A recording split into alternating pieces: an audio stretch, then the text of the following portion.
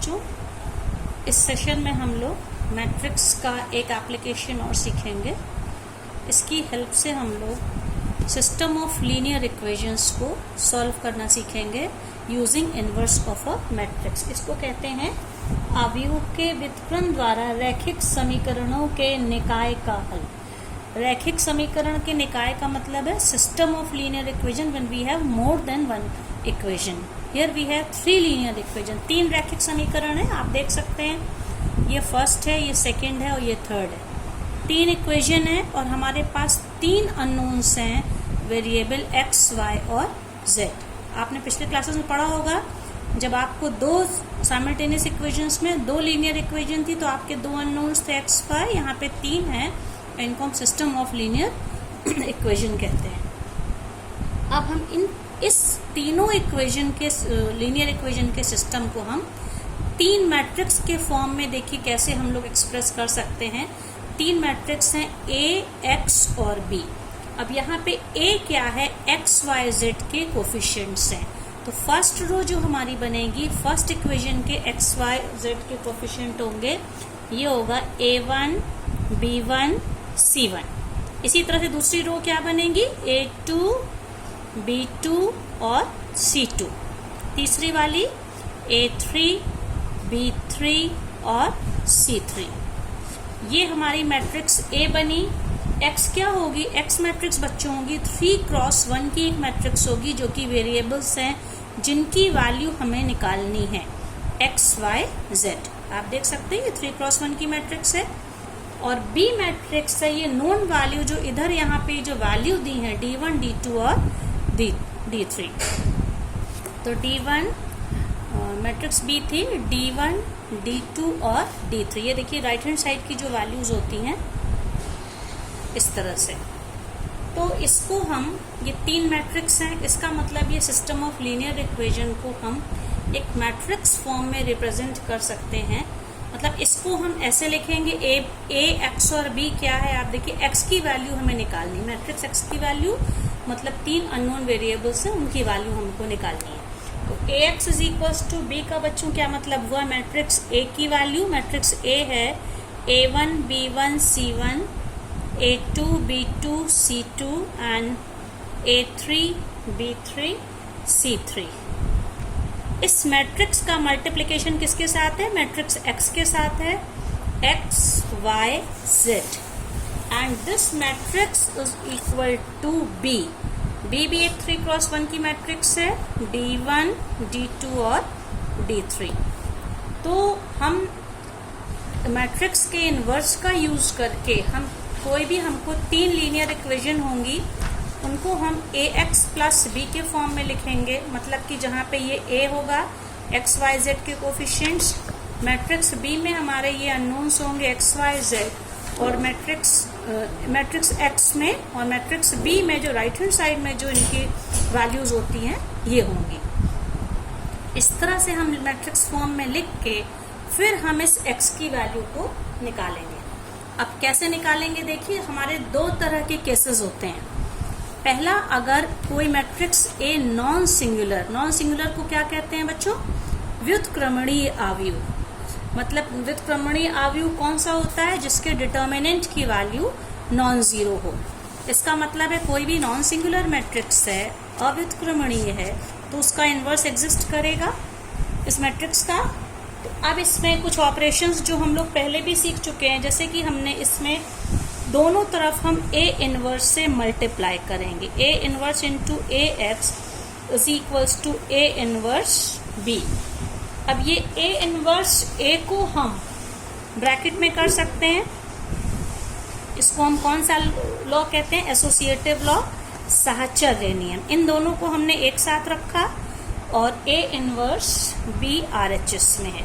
A inverse A, ये property of matrix में पढ़ा था, ये आइडेंटिटी मैट्रिक्स हो जाएगी। तो कैपिटल I से लिखेंगे, IX is equals to A inverse B, और I मतलब आइडेंटिटी मैट्रिक्स को किसी भी मैट्रिक्स से मल्टीप्लाई करेंगे तो उस मैट्रिक्स पे कोई फर्क नहीं पड़ता, मतलब कि IX को हम X लिख सकते हैं। X is equals to A inverse B। तो बच्चों ये फॉर्मूला है, ये अगर हमें सिस्टम ऑफ लीनियर इक्वेशन मतलब कि 3 इक्वेशंस दी हैं जिनमें 3 वेरिएबल्स एक्स वाई जेड की वैल्यू निकालनी है, तो उसकी वैल्यू हम कैसे मैट्रिक्स फॉर्म में निकालेंगे। x is equals to A inverse b। A क्या था यहाँ पे हमारा, ए ये जो मैट्रिक्स बन रही थी एक्स वाई जेड के कोफिशिएंट से, ये जो मैट्रिक्स बन रही थी ए, इस मैट्रिक्स का हमें इन्वर्स निकालना होगा, और जो इन्वर्स निकालने के बाद मैट्रिक्स बी हमारी ये वाली थी, इससे हमें मल्टीप्लाई करना होगा, तो हमारा ये सोल्यूशन सेट तैयार हो जाएगा। तो ये कौन सा केस था, when A is non singular. Non singular मतलब क्या हो गया कि इसकी कंडीशन क्या हुई, इसके लिए कंडीशन क्या होनी चाहिए, D must be equal to non zero. Non singular की परिभाषा ये डेफिनेशन है, डिटर्मिनेंट जीरो नहीं होगा। इस कंडीशन में जो एक्स वाई जेड की वैल्यू मिलेगी उसको हम कहते हैं, हमको हमेशा एक यूनिक सोल्यूशन मिलेगा। यूनिक सोल्यूशन का मतलब एक्स वाई जेड की जो एक वैल्यू मिलेगी वही एक वैल्यू मिलेगी, उसके अलावा दूसरी कोई वैल्यू एग्जिस्ट नहीं करेगी, और इसको हम लोग हिंदी में कहते हैं अद्वितीय हल।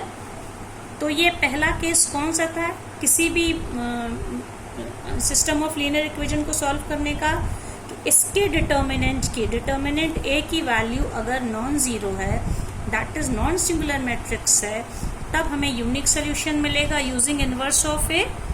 दूसरा बच्चों इसमें केस होता है, ये इधर देखिए, ये दूसरा केस है, अगर ए कोई सिंगुलर मैट्रिक्स है। सिंगुलर का क्या मतलब होता है कि इसके डिटर्मिनेंट की वैल्यू जीरो है। अब हमें यहाँ पे एक काम करना पड़ेगा, एडजॉइंट ऑफ ए निकालना होगा और उसको बी से मल्टीप्लाई करना होगा। एडजॉइंट ऑफ ए हम लोग ए इनवर्स में ऑलरेडी सीख चुके हैं, कोफैक्टर्स की मैट्रिक्स बनाते हैं, फिर उसका हम एडजॉइंट कोफैक्टर्स की मैट्रिक्स बना के रोज और कॉलम को हम लोग इंटरचेंज करते हैं, मतलब कि ट्रांसपोज लेते हैं। तो adjoint of A into B की वैल्यू हमें एक मैट्रिक्स फॉर्म में मिलेगी। अब इसके दो केसेस हैं, ये दो केस किसके ले रहे हैं, जब हमारी मैट्रिक्स सिंगुलर मैट्रिक्स है, मतलब कि जिसका डिटर्मिनेंट जीरो है। Adjoint of A into B अगर नॉन जीरो आता है, नॉन जीरो मतलब कि कोई ये जीरो, यहाँ पे जीरो नंबर नहीं, जीरो मैट्रिक्स है, एलएचएस मैट्रिक्स है, आरएचएस मैट्रिक्स है। तो अगर adjoint of A into B कोई नॉन जीरो मैट्रिक्स मिलती, इसका मतलब है सोल्यूशन डज नॉट एग्जिस्ट। इस मैट्रिक्स, इसका हल ही नहीं निकलेगा, अस्तित्व नहीं है हल का, तो इसको हम कहते हैं inconsistency of system of linear equations. ये ऐसे समीकरण निकाय हैं जिनका की हल निकल ही नहीं सकता। इसको समीकरण निकाय मतलब सिस्टम ऑफ लीनियर इक्वेशन कैसे होते हैं, असंगत, मतलब कि इनकंसिस्टेंट होते हैं। ये पहला केस कब था, when adjoint of A into B was not equal to zero. अब इसी का दूसरा केस है, अगर adjoint of A into B is equal to zero matrix हमें मिलती है। ये सारा काम हम कब कर रहे हैं, जब डिटर्मिनेंट ए की वैल्यू जीरो है। तो सेकंड केस में adjoint of A into B is equal to zero, एक जीरो मैट्रिक्स है। अब यहाँ पे देन सिस्टम इज कंसिस्टेंट और इनकंसिस्टेंट, दोनों हो सकता है यहाँ पे, मतलब कि जो हमारा निकाय है, ये इक्वेशंस हैं, ये या तो ये कंसिस्टेंट होंगी या इनकंसिस्टेंट होंगी। कंसिस्टेंट तब होंगी जबकि इसके इनफाइनाइट सोल्यूशन, मतलब कि अनंत हल, बहुत सारे सोल्यूशन इसके मिलेंगे, तब दोनों पॉसिबिलिटीज में हो सकती कि या तो अनंत हल होने की वजह से सिस्टम इज कंसिस्टेंट, या कोई सोल्यूशन नहीं मिलेगा, तब इसको हम क्या कहेंगे, असंगत या इनकंसिस्टेंट। ये दोनों केसेस तब होते हैं जब डिटर्मिनेंट मैट्रिक्स ए का जीरो है, मतलब एक ऐसी मैट्रिक्स है, सिंगुलर मैट्रिक्स है। तो किसी भी हम इसको सॉल्व करना होगा, तो इसीलिए हम लोग इन्वर्स निकालने में सबसे पहला काम डिटर्मिनेंट ए को ही निकालने का करते थे, मैट्रिक्स का डिटर्मिनेंट, कि अगर वो नॉन जीरो है तभी हम आगे बढ़ते थे उसके सोल्यूशन के लिए, इन्वर्स एग्जिस्ट करेगा। नॉन जीरो नहीं था, जीरो था, तो इन्वर्स ही एग्जिस्ट नहीं करेगा। तो यहाँ जो हमारा एप्लीकेशन है बच्चों, वो क्या था, आप देखिए इस पेज पे, ये जो सब मैंने बताया, अगर हमारा नॉन सिंगुलर मैट्रिक्स है, इसका मतलब इन्वर्स एग्जिस्ट करता है। इस कंडीशन में हमारा क्या फॉर्मूला होता है, x is equals to A inverse B. इसको मैं एक 2x2 की मैट्रिक्स के एग्जाम्पल से आपको समझाती हूँ। ये देखिए, ये जैसे ये इक्वेशन है, ये 2x + 5y = 1, 3x + 2y = 7। तो अब इसमें इसको पहले ax + b के फॉर्म में लिखेंगे। याद करिए, ये मैंने इस पेज पे बताया था ax + b क्या, a क्या होता है x y z के कोफिशिएंट से जो मैट्रिक्स बनती है, और b क्या था RHS की वैल्यू, और x वो अननोन है, वेरिएबल है जिसकी वैल्यू हमें निकालनी है। तो उसी को हम इस फॉर्म में देखिए लिखेंगे।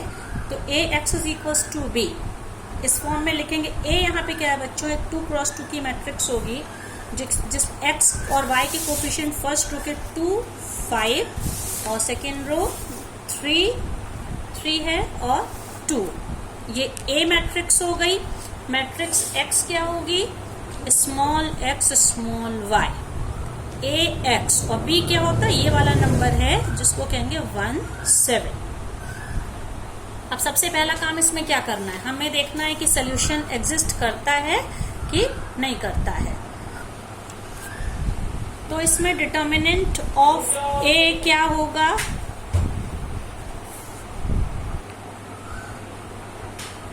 ये होगा डिटर्मिनेंट ऑफ A होगा 2 × 2 - 3 × 5, 4 - 15 मतलब कि -11, which is not equal to 0। इसका मतलब क्या हो गया कि एक ऐसी मैट्रिक्स है हमारी, एक रिवर्सिबल मैट्रिक्स है और जिसका कि इनवर्स एग्जिस्ट करेगा। नॉन सिंगुलर मैट्रिक्स है क्योंकि इसका डिटर्मिनेंट एक नॉन जीरो नंबर आया है। तो अब इसका हमें A इनवर्स निकालना है। बच्चों A इनवर्स का फॉर्मूला आपको याद होगा 1 upon determinant of A into adjoint of A, ये था इसमें। अब 2 × 2 की मैट्रिक्स का हम लोग डिटर्मिनेंट कितना है, -1/11 है। एडजॉइंट ऑफ A को 2 × 2 में डायरेक्ट निकाल सकते हैं। अगर आपको याद हो, मैंने बताया होगा, ये वाला जो डायगोनल इसको इंटरचेंज कर लेते, लेकिन दोनों यहाँ 2 2 है तो इंटरचेंज करने से कोई फर्क नहीं पड़ेगा। और ये वाला जो डायगोनल इधर वाला होता, बस उसके साइन चेंज करते, दोनों पॉजिटिव है तो ये क्या हो जाएंगे, दोनों नेगेटिव हो जाएंगे। ये -5 और ये -3, ये हो गया हम लोग का। तो ये A इनवर्स हो गया। अब हमारा फॉर्मूला था x = A इनवर्स B। ये देखिए, ये मैंने आपको फॉर्मूला बताया था इसके लिए, x = A इनवर्स B। तो इसी को हम लोग लिखेंगे। तो क्या लिखेंगे, यहाँ पे x की वैल्यू हम लोग को निकालनी, मैट्रिक्स x हमारी ये थी, ये वाली मैट्रिक्स x है। सो x = A inverse B। A inverse क्या आया था, -1/11, ये जो मैट्रिक्स है 2 - 5 - 3 and 2। और मैट्रिक्स B क्या है बच्चों, देखिए B ये वाली है 1, 7। अब हम इन दोनों मैट्रिक्स को मल्टीप्लाई करेंगे, -1/11 हम कॉपी करते हैं और मल्टीप्लाई करने पे ये हम इसका आंसर क्या आएगा, first row first column, 2 × 1 -5 × 7, so 2 - 35, that is -33। अब सेकेंड रो फर्स्ट ये एक ही कॉलम है यहाँ पे, second row and this column, -3 + 14, -3 + 14 will become 11।